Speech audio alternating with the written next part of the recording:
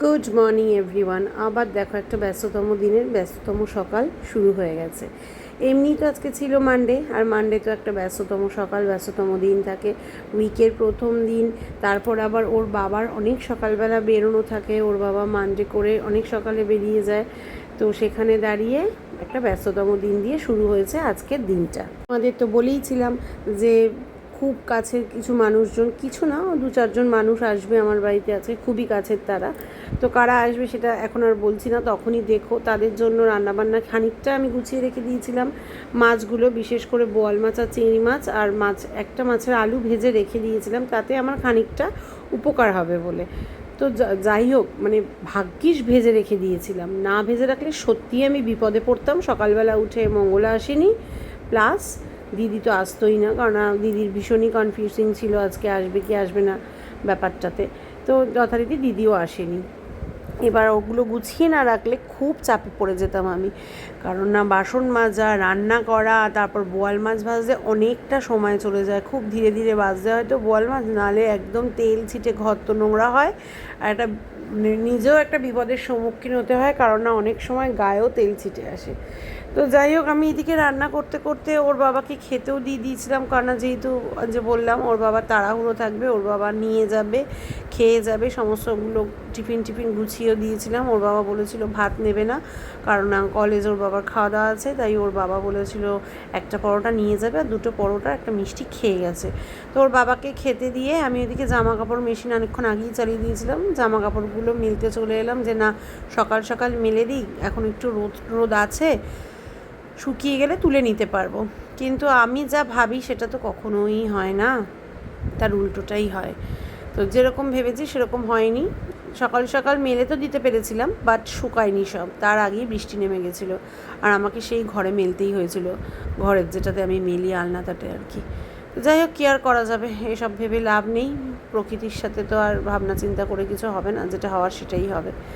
তো আমি জামা কাপড়গুলো তাড়াতাড়ি করে মেলে আবার রান্নাঘরে চলে এসেছিলাম, আর মামকে শুধু বলেছিলাম, বাবু আমি সবটা করে দেবো, তুই আমাকে একটু হেল্প করে দিবি।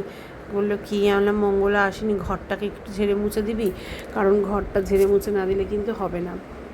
বললো ঠিক আছে দেবো। তা ওই মাম উঠে সকালবেলা বললো যে ঠিক আছে আমি দিয়ে দিচ্ছি ঘর ঝাড়া মোছা করে। তো মামুকে সকালবেলা উঠে ঘর ঝাড়া মোছা করতে লেগে গেছিলো। আমি যখন ব্রেকফাস্টের জন্য ডাকলাম, তারপরে আমি ব্রেকফাস্ট রেডি করে রেখে দিলাম, মাম কিছুতেই আর খেতে এলো না, আমিও কাজ করে গেলাম। মাম ওই দেখো হাঁপিয়ে গেছে, ঘরটা ঝেড়ে মুছে একেবারে খেতে বসলো। এইবারে দেখো কে চলে এসেছে, মামা, কোকন মামা আর পুকলি পিসি চলে এসেছে। ভালোই হলো, 4জনে একসাথে বসে গেলাম, আমাদের সাদা আলুর তরকারি, পরোটা আর মিষ্টি দিয়ে আমরা টিফিন করে নিচ্ছিলাম। আর তার সাথে তো black coffee must, black coffee তো আমাদের থাকবেই। পুকলি পিসি আর খোকন মামাকে বললাম ব্ল্যাক কফি খাবে, বললো না।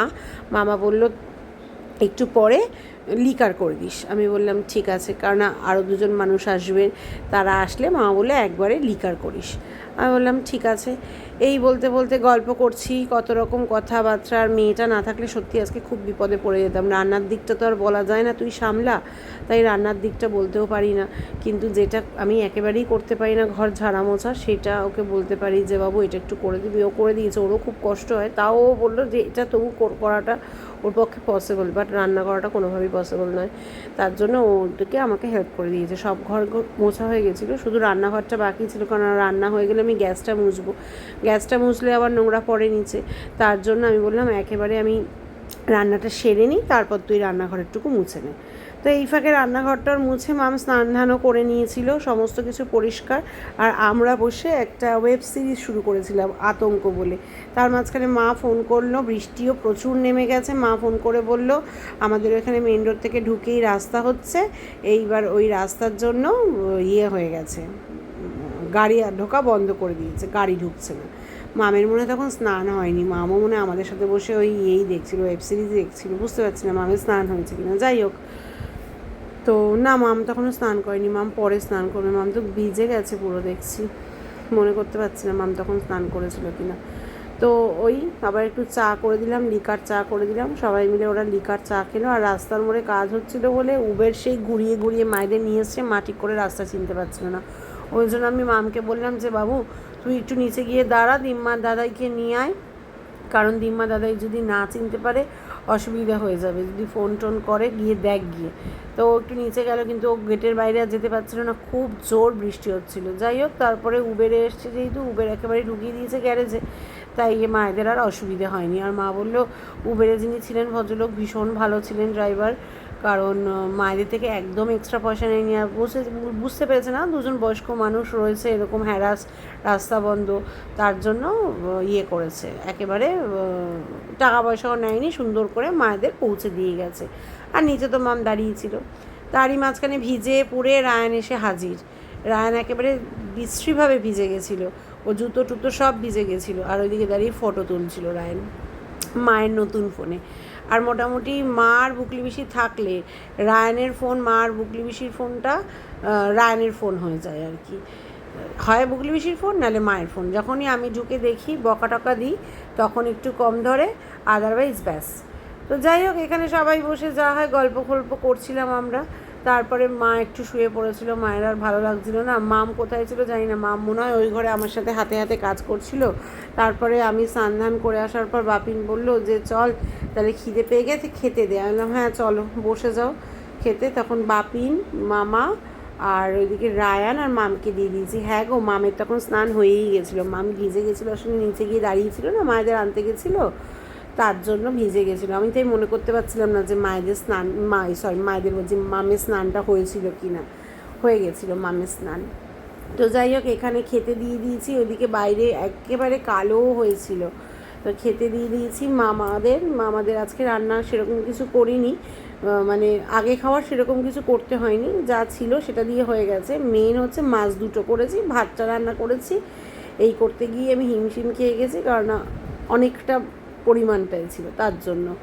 তো আমি আগের দিনের ছিল দই পটল, সেটা নামিয়ে দিয়েছি। একটু ছ্যাঁচড়া ছিল, মারা ছ্যাঁচড়া ভীষণ ভালো পায়, সেটা করে দিয়েছি। আর বোয়াল মাছের ঝিঙে আলু বেগুন দিয়ে চচ্চড়ি করেছি, আর চিংড়ি মাছের ডাঁটা আলু দিয়ে ঝোল করেছি, ভাত করেছি। এতেই মামাদের বলছে অনেক খাওয়ার হয়ে গেছে, এত কেন করেছিস? আমি তাই বললাম আগে খাওয়ার পর তো করাই ছিল, মেইন হচ্ছে এই দুটো মাছের, একটা মাছের চচ্চড়ি, একটা মাছের ঝোল করা হয়েছে, এই দুটো দিয়েও তোমরা খেতে পাচ্ছ না? বলছে যে না এত খাওয়া যায় নাকি, এত খাওয়া যায় নাকি। যাই হোক, মামাদের খাওয়া হয়ে যাওয়ার পর আমি, মা আর বুকলি মিশে একসাথে খেয়ে নিয়েছিলাম। আমাদের যা লেগেছিলো মাম দিয়ে দিয়েছিল। তারপর সবাই মিলে এখানে বসে ওই যে বললাম ওয়েব সিরিজটা চালিয়েছিলাম আতঙ্ক, ওই আতঙ্ক দেখতে ব্যস্ত হয়ে গেছিলাম। মামকে বেশ কদিন ধরেই আমি বলছিলাম যে মাম একটু আতঙ্কটা চালিয়ে দে, আতঙ্কটা দেখ, ভালো লাগছে। মাম বলছে না এটা সেই কোন একটা সিরিজের নাম বলো, ওটার মতো।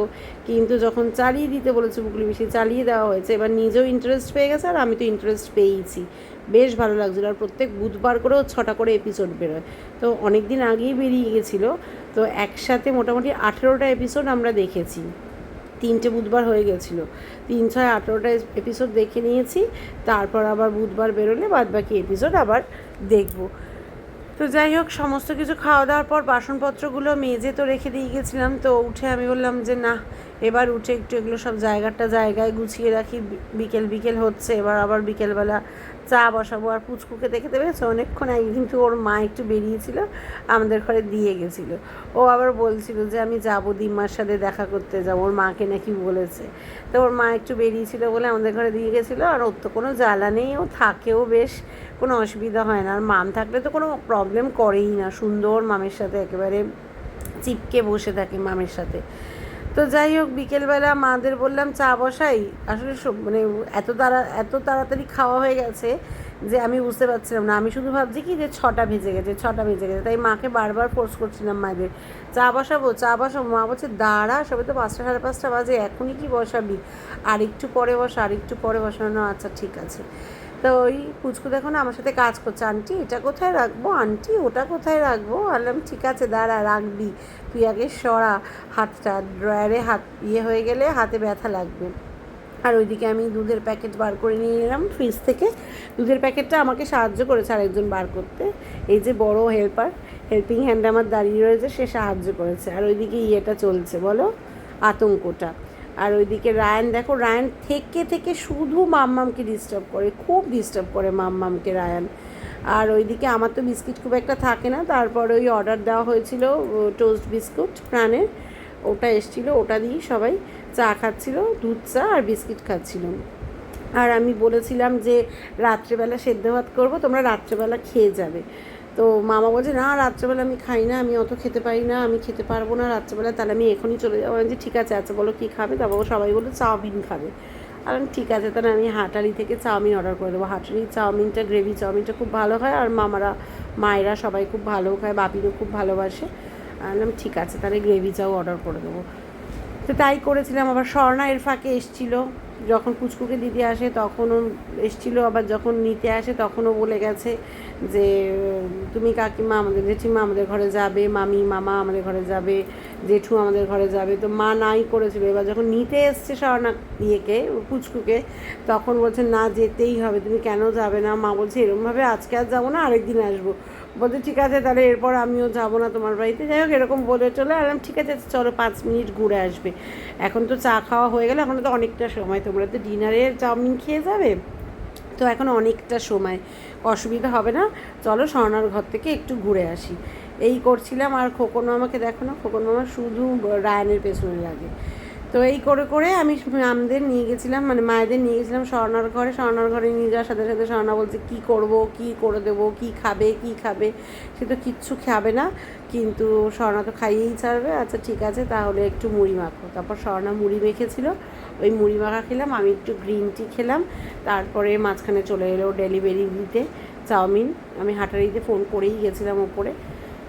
তো ওই হাটারির গ্রেভি চাউমিন তো একটু মিক্সড করে নিতে হয়, তাই আমি একেবারে একটা বড় স্টিলের গামলা বার করে নিই, সুন্দর করে গ্রেভি চাউমিন মিক্সড করে রায়ানকে, মামাকে, বাপিনকে, মা, বুপুলি পিসি আর পুচকুকে একটু দিয়ে দিয়েছিলাম। পুচকুকে নিয়ে এসেছিলাম, পুচকু একটু খেয়েছিল, পুচকুকে মাম খাইয়ে দিয়েছিল। আর আমার আর মামেরটা গামলাতে রেখে দিয়েছিলাম, পরে আরেকবার গরম করে নিয়ে ঘুরিয়ে নিয়ে খেয়ে নিয়েছিলাম।